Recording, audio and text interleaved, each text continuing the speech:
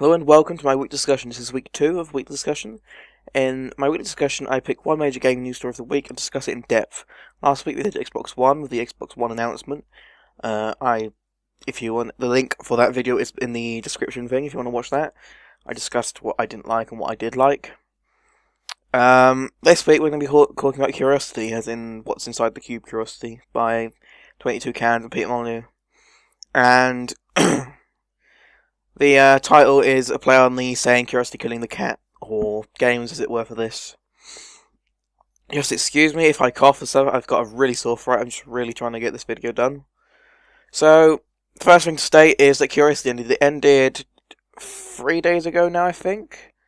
27th of May. So 3 days from when I'm recording it.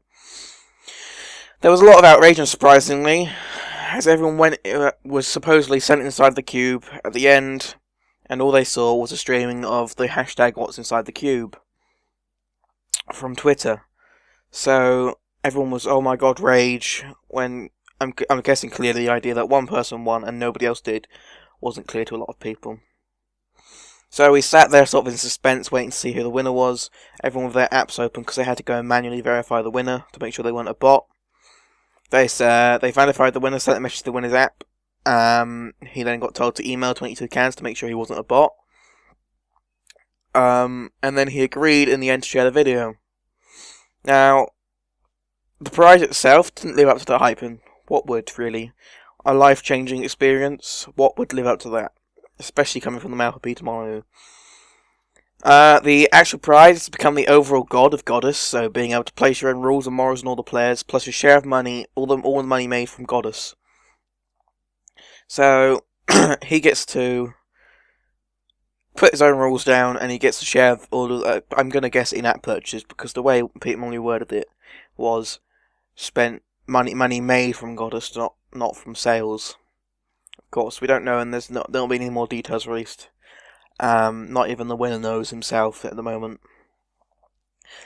This in itself, being said to be an experiment, I believe it is. It's being said to be an experiment. The idea of him having one man getting the power to ruin a game, but also giving him the counterweight of his own personal earnings from it. Because a lot of people would get the power, and they would just really cock it up for everyone, to be honest. But if he does that, then people are going to stop playing this game and stop buying in-game items. So he has to try and find a way that it seems to be carrying on the social experiment that Curiosity was. Curiosity was a social experiment to see if you could get the world together to tap at a cube for months on end. It was. I expect it's much longer than expected. They reduced the layers months on end, tapping at little tiny cubes with no real goal apart from one person. Most people weren't playing because they knew that they thought they would win. Most people were playing because they were helping to go towards something, and it was all a social experiment itself. And now this new prize seems to be carrying on that social experiment, but on a much more focused sort of thing on one person. If he ruins the game for everyone by overusing his power, abusing his power, he'll ruin the amount of money he gets from Godus. He gets a share from all the money made from Godus. So the playtime of people drops significantly. The amount of times somebody buys something on there will drop significantly. People will give out bad reviews, and people will say don't play it because one guy's in control and he's really messing it up. However, what would if he was to go for a safe style? Would he still gain money? Is the big question. If he went for safe and he just sort of left it as it was, let 22 Cans control most of it, would he give money, or would he have to go to the other extreme to get? Would he actually go to the other extreme? Sorry, to get more money, like doubling the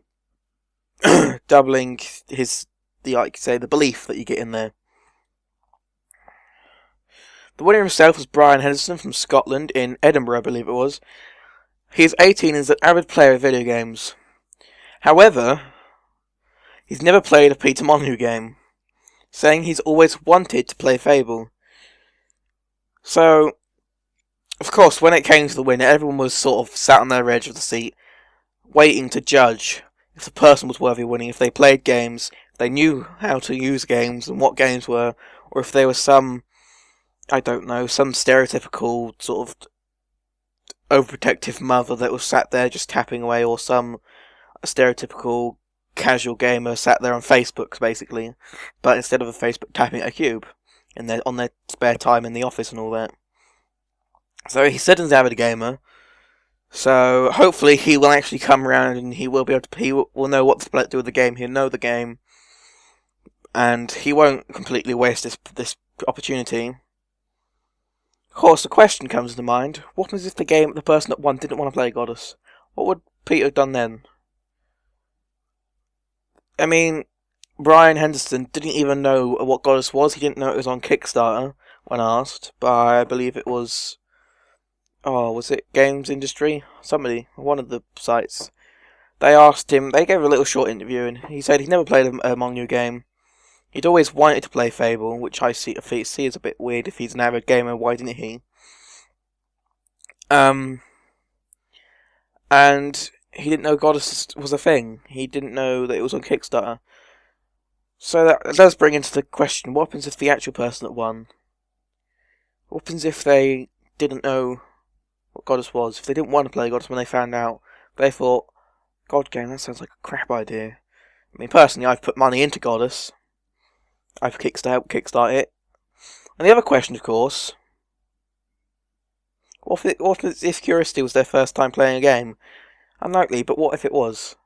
Like I said, it could be the casual cow clickers, as they're called, which is basically what Godus was in a sense. It would sit there, earn coins, spend your coins, and then maybe if you want to support 22 Cans, is why I only bought one thing in there, but I did it to support 22 Cans because they're a small studio. What annoyed a lot of people, of course, was the fact that he'd only downloaded Curiosity an hour or so before he won. He even admitted to this. And this was highly predictable because, towards the end of the thing, every news site was going, oh my god, it's going to get over, which meant it was suddenly on the radar again, having been off the radar for months. It was on the radar at the beginning. People would have played it for, I know, people basically broke the game for the first month. Then people sort of went, boring. So they reduced the amount of layers, brought it to the last 50 layers, and then during the last 2 layers, it would have gone, the interest was shot right up. Like it did. They doubled their bandwidth for the year in that time. So yeah. Another question that somebody asked me was, what if Godus hasn't been funded? What if the Kickstarter hadn't actually succeeded? I put some money into it, and I remember sat there watching because I was like, "Oh my! It's a new Peter Molyneux game." I know he overpromises things, but I've always loved most of them. The only one I haven't loved is Fable 3. I love Black and White 2, the movies, Fable 1, Fable 2. I've never played Populous Magic Carpet or Dungeon Keeper, and I've never really got around to playing Theme Park World because it never would run on my computer. But I've always been a fan of this game, so I put some money in there. I remember sat there on the edge, just waiting as it slowly trickled up. Unlike any other Kickstarter, like Double Fine Adventure or Wasteland 2, which I put money into, this one just sort of seemed to trickle along. And it got to the last few hours before the threshold was reached, and it barely even exceeded it. It didn't rocket past the goal. It didn't look like it was going to be funded at all. So, of course, what would have happened if it didn't get funded? What would the prize have been then? I think, personally, Peter would have gathered up some money and thrown it in. While he has spent a lot of money on this studio, and he's even said he has spent a lot of money, which is why he did the Kickstarter. You don't start a studio up putting lots of money into a studio to do nothing with it. Bear in mind that Curiosity would have hopefully garnered quite a bit of a sizable amount of money. So I expect he would have got whatever he had left, to the extent of not making his family suffer, and got the Curiosity money and put it together and hopefully made Godus anyway. But what happens if he hadn't? Where would the prize have gone then? I personally can't see it. I don't know. I thought at one point it was going to be the life-changing experience was going to be sort of one of the first flights into outer space, commercial flights with Virgin. Oh, what's it called? I don't know what they're called now. Virgin Space Flight. One of those ones, because they were showing NASA and moonwalking and stuff like that. Now, the reason I put the title, this has been quite a short one actually, I'd written a script for this and it's made it quite short. There's nothing too much to talk about, it's a small app. The reason I put the title, Curiosity Killing the Game, is because will Bryan Henderson, the man who won Curiosity, kill Godus? He could get all this power and think, wow. And they could completely ruin the game by turning all the buildings into giant 50-foot golden cocks. And then everyone would leave. And Godus would die. 22 cans have wasted all this money. I've wasted money. All the other people that kickstarted it have wasted money. Because one man has gone and cocked it up for everyone. However, he could also ruin it by making it easy for his own monetary game. Hoping that, say, giving everyone 4 times the belief that they would normally get, they'll buy more of the microtransaction features that will be on the mobile game. Bear in mind that the microtransaction features, as far as I can understand, aren't going to be on the PC game. It's going to be a one-time purchase on the PC game. However, it will be an online-based game. There will be single-player, I believe Peter said, but it will be... There's a thing called a home world, and you're basically... Everyone's in this home world, and you can... Yeah, basically. But the mobile version will have microtransactions. It will be a pay-to-play game, basically. So he could just ease it out for everyone. That could also ruin it. But it's a very sort of confusing sort of spot. Because he could make it too hard, he could make it too easy. But he could also just leave it alone and then... It seems like a very social experiment itself, but on a very small scale of one person. One person being a god was the prize, was being the god. Couldn't do that in real life, so we're doing it in a game. And I really am waiting to see the results, and I hope he doesn't ruin it by making it too hard, and I hope he doesn't ruin it by making it too easy. I'm hoping that Bryan Henderson is a clever guy, and will be able to do something fun with the game instead of just leaving it as it would be. Because it seems like a waste of all that power to not do anything with it, but it seems like a waste to do the extremes. So if he managed to chuck some difficulty in there and then chuck some easiness in there from time to time, and then just leave it for a bit and then do it again, that's how I would do it anyway. If I had won that, that's how I would do it. I would leave it and then from time to time just add something fun in. And then add something a bit difficult in. Like maybe, we don't know what he can do. But say he can create a boss. He can be like 22 cans, I want this AI boss to go in there and smash some stuff up. Occasionally I'd do that. I wouldn't make it overpowered or anything. I'd say, oh, it'd be killable. But I just want it to be a bit of a challenge. But yes, thank you for listening. I've kept this one short because of my voice.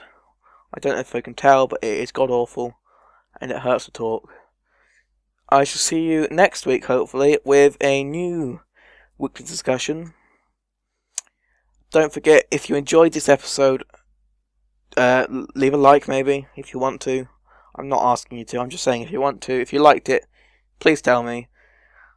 Also, if you've got any feedback on the stuff I've commented here, leave it in the comments, and I will respond. I make sure I respond to every comment I get. Thank you for listening. I shall see you next time.